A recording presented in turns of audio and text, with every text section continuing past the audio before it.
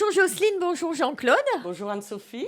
Merci de vous livrer à ce petit jeu qui est l'interview pour permettre de mieux vous connaître au sein de la revue de Boulogne. Donc je vais commencer par Jocelyne, honneur aux dames, Jean-Claude. Tout à fait. Jocelyne, Oui. en quelle année as-tu été recrutée dans les revues et comment as-tu été recrutée? Alors, j'ai commencé sur scène. Je suis venue travailler à Boulogne dans les années 80. Et des copains, pour me faire une blague, ils savaient que je chantais, que j'aimais chanter. Et pour me faire une blague, ils m'ont inscrit à Radio Crochet sur le port. J'y suis allée, j'ai chanté Violette Impériale. Et j'étais en concurrence avec Jocelyne, la maman de Kenji, que je ne connaissais pas en fait. Et j'ai gagné le premier prix. Et donc, j'ai fait la finale de tous les radiocrochets du Boulonnais. Voilà. Donc, je me suis retrouvée au théâtre avec toute l'ancienne équipe, dont Jean-Claude. Et j'ai fait la finale. Et j'ai été classée deuxième à la finale en chantant Histoire de la forêt viennoise. Et de ce fait-là, Jean Potvin est venu me voir tout de suite après en disant « Est-ce que ça vous plairait de faire les chœurs du théâtre ?» Oui, je ne faisais pas encore la revue. Hein. D'accord. Voilà. La base est là. C'était les chœurs du théâtre, chœurs pas du les chœurs de la théâtre, revue, les voilà. chœurs du théâtre. Ensuite, la troupe Siam. J'ai été prise comme Dominique Pour avait parlé pour moi à Dominique et Annie Siam. J'étais danseuse dans la troupe Siam. J'ai été recrutée la première revue en 81 par Gus, c'est Jean Jarrette. Ils ont voulu reformer une nouvelle équipe par rapport à la dernière revue de 1979 avec l'ancienne équipe. Très belle surprise. J'ai vu arriver Gus où je travaillais chez Monsieur Dupilet et il est venu me demander si je voulais faire la nouvelle revue. Donc, agréablement surprise. J'ai été stupéfaite parce que je ne m'imaginais pas, j'entendais toujours parler de Gus, Jean Jarrette, mais voilà quoi, c'était... Tu as tout de suite accepté? Bah, naturellement, oui, ça a été formidable pour moi. Ça a été formidable. Gus m'avait vue dans des opérettes. Ah oui. Et dans la même année, je me suis retrouvée choriste dans les opérettes, danseuse dans la troupe de Dominique Siam. Et Gus m'a vue dans une opérette et on lui a parlé de moi. Comme il voulait refaire une nouvelle revue avec d'autres personnages, voilà, on lui a parlé de moi. Et il t'a repéré. J'avais 20 ans. Et j'avais aucune expérience de la scène, attention. D'accord. Hein. Un petit peu par rapport aux opérettes. Aux opérettes par le chant. Mais par rapport à la revue, en tant que patoisante, non, pas du tout. Et de cette époque-là, qui est-ce qui est encore présent maintenant? Evelyne. Evelyne, d'accord. Evelyne j'ai démarré avec Evelyne en 81. Evelyne a arrêté 10 ans. Oui. Puisqu'elle s'est mariée, elle a eu ses enfants, elle s'est occupée de ses enfants. Elle a arrêté 10 ans et 10 ans après, elle est revenue nous rejoindre. D'accord. C'est la seule de 81 qui bien. Nous sommes les rescapés. Une belle histoire. Oui, de belles rescapés. Oui. Jean-Claude, à toi. Comment t'es venue l'envie de faire de la scène? Ah, alors là, c'est un grand parcours. J'étais très sensibilisé par le monde du spectacle étant jeune. Et en fait, mes parents m'ont mis dans un cours d'accordéon. J'ai appris l'accordéon. Voilà. Chez Monsieur Ravet, rue des Pipots. Alors, j'en ai fait pendant 4-5 ans.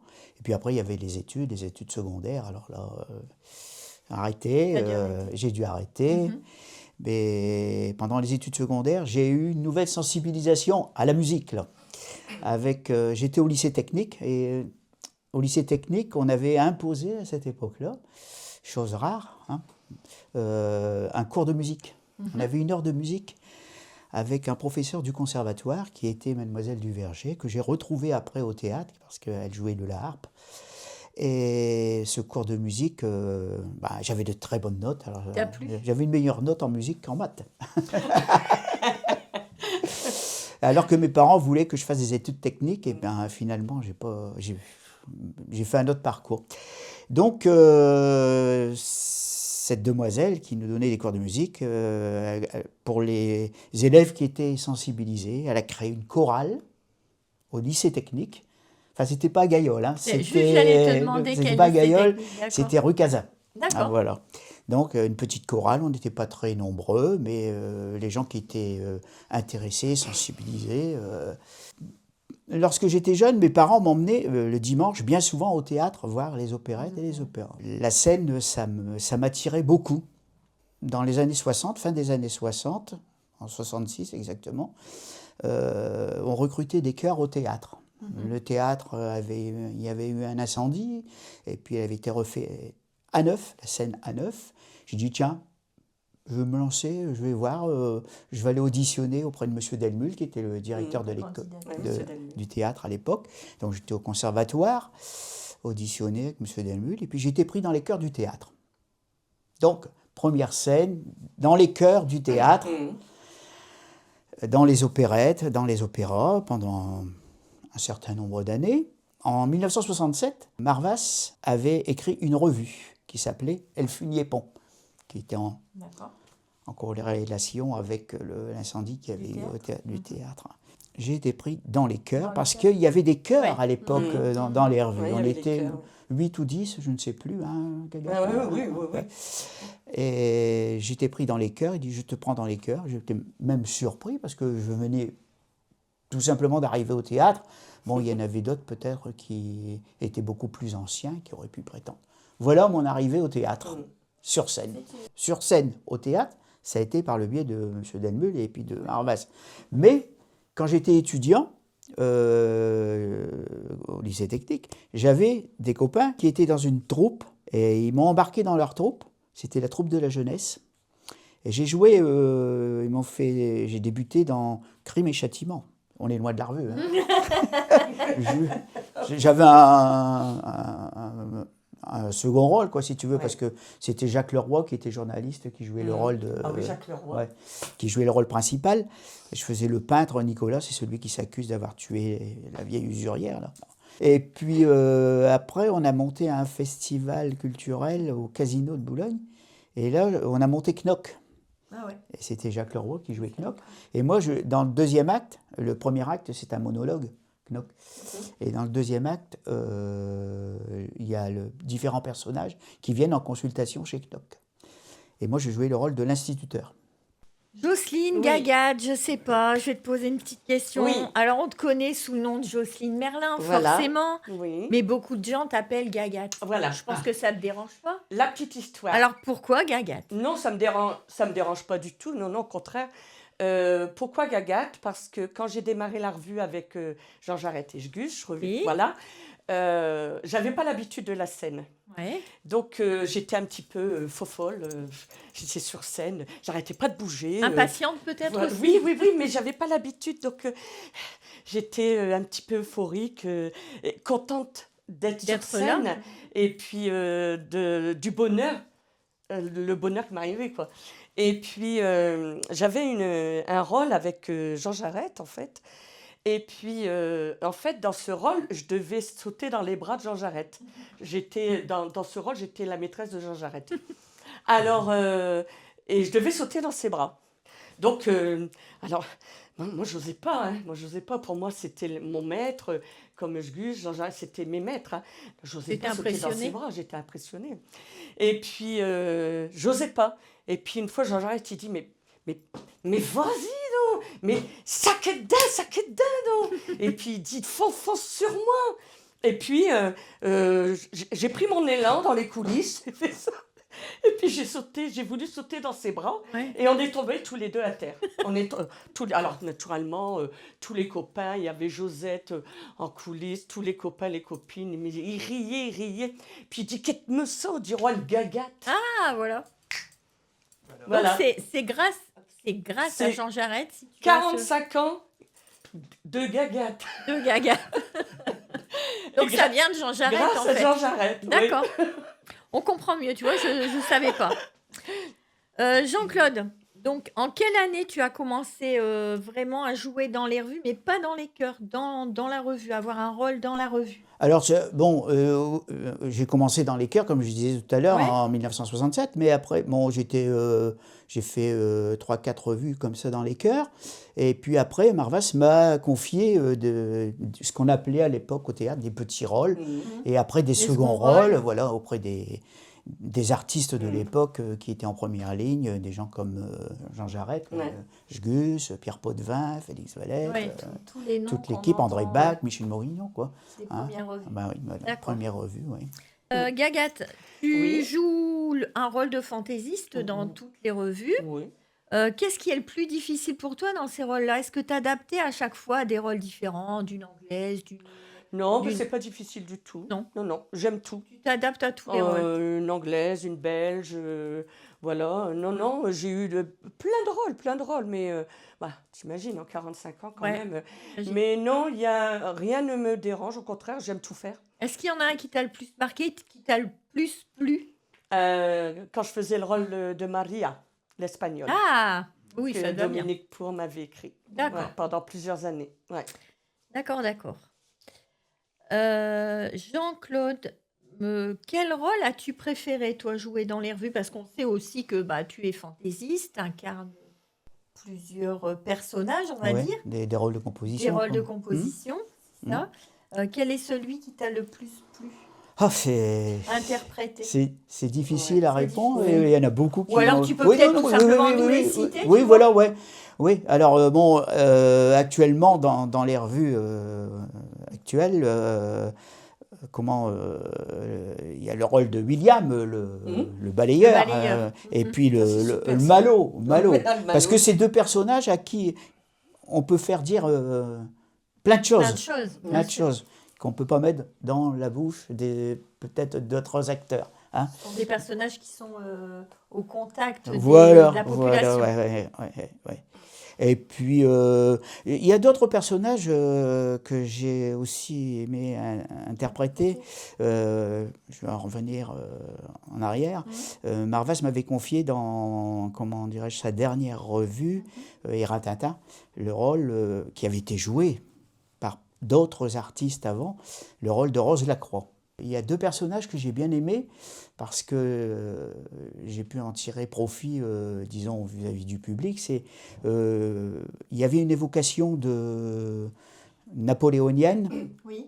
dans une certaine revue où je jouais le rôle du pape, Pie VII. Ah. Et à l'origine, le rôle était, Gagat, il était Ouais. relativement court. Je rentrais par la salle, je bénissais Mais la très beau salle. rôle, très Très beau beau rôle. Et puis, il y a eu un concours de circonstances qui a fait que Dominique Pour, qui incarnait l'empereur, avait fait concevoir plutôt un décor gigantesque où il fallait beaucoup de temps pour l'installer. Mais le temps qu'on avait accordé aux machinistes était vraiment trop court. Donc, il a fallu T'as dû rajouter... broder? Non, Pas même tout seul, avec j'avais 3 personnes avec moi. Ah Et oui. Dominique il a dit, bon, demain, cette nuit, je vais réécrire un sketch Ouais. parce que les machinistes n'ont pas assez de temps pour travailler. Donc un temps d'apprentissage du rôle court pour vous? alors, Très court c'était- parce qu'il l'a écrit le soir en rentrant de la représentation. hein. Ouais. Et il Ah, nous c'est- l'a donné le lendemain matin. Et puis on s'est débrouillé. s'adapter. Il y avait Josette, Ouais. Josette Gignot, hein. Mm. Il y avait Gagat, et puis il y avait Christine. On était à 3. Alors, On jonglait. on jonglait. Ouais, ouais. bon, Puis ça va, finalement, ce Ça s'est bien passé. ce petit sketch Ouais. qui était un inter a fait un succès fou. Ouais. hein. Il te garde à mon souvenir. Oui, et puis un autre rôle aussi que j'ai bien aimé. Alors, c'est un autre personnage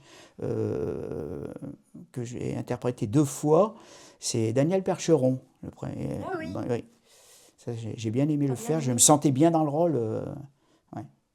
Gagat, est-ce que tu peux nous raconter une anecdote, quelque chose de rigolo, quelque chose qui t'est arrivé sur scène, voulu ou non voulu? Je sais Ah, pas. non voulu, en général, Non les voulu, anecdotes, allez. c'est non voulu. Allez, hein. raconte-nous. Moi, j'ai une anecdote avec Jean-Pierre Copin quand on faisait une scène sur la plage.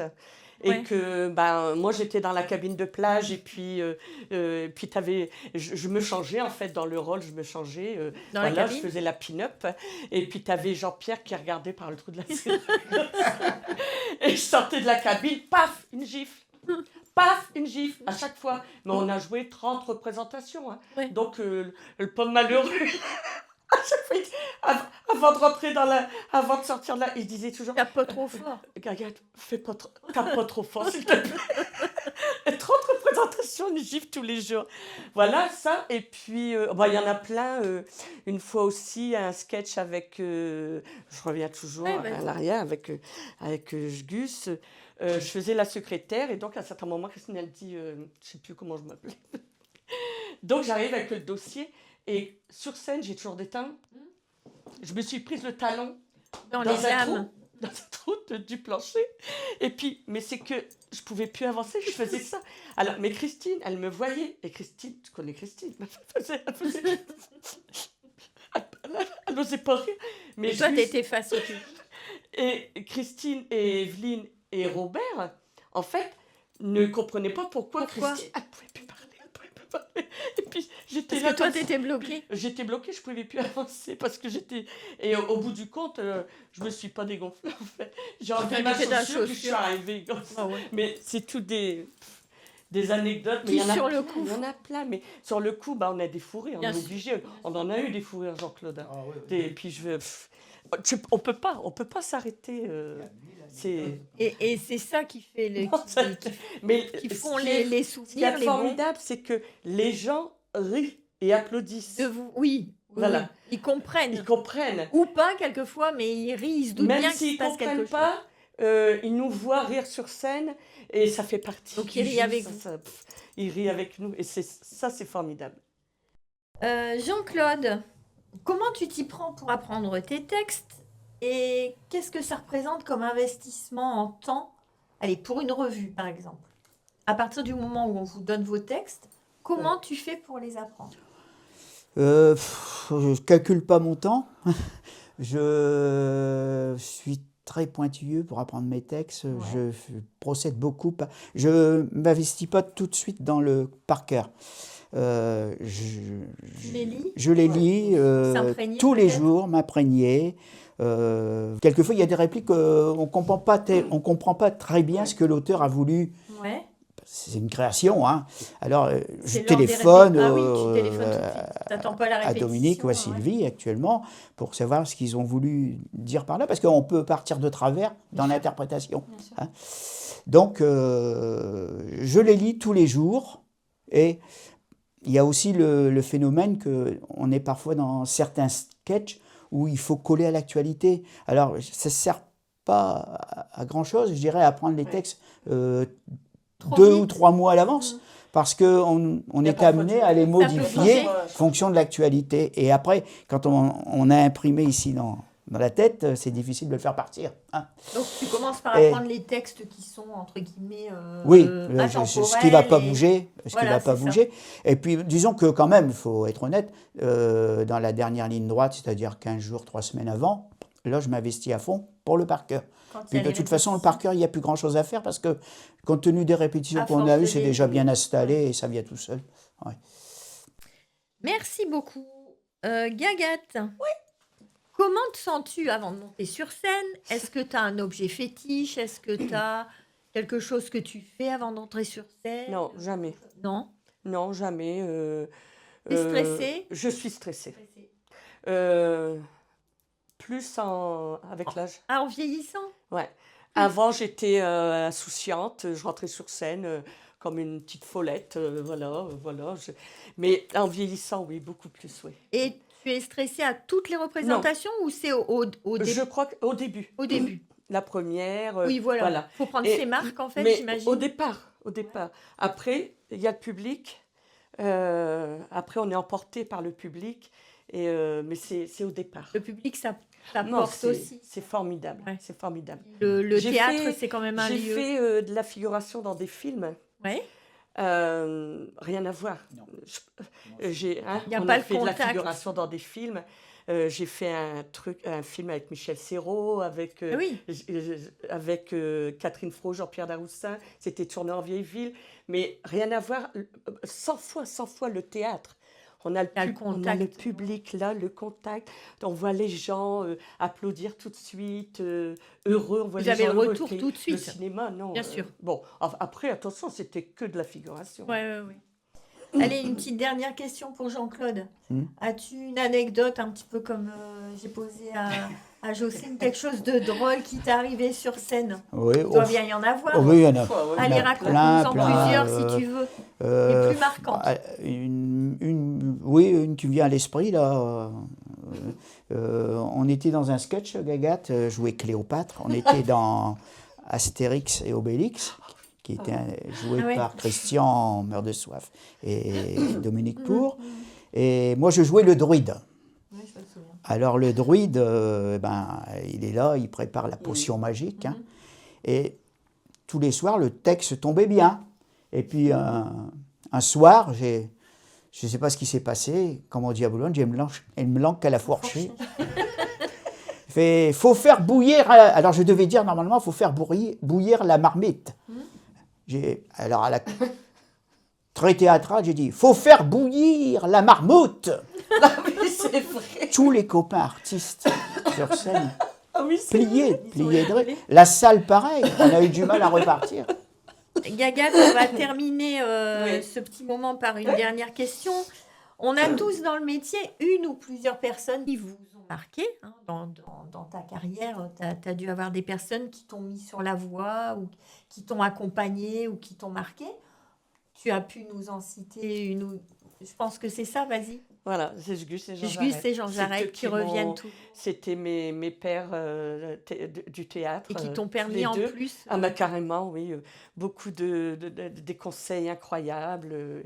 Ouais, non, il y a... Bah, moi, j'ai démarré avec eux. Donc, T'ont appris et ils t'ont permis à être Ah, sur ouais, scène ouais, et ouais. tu y Ah, es ouais. encore maintenant. Ouais, voilà.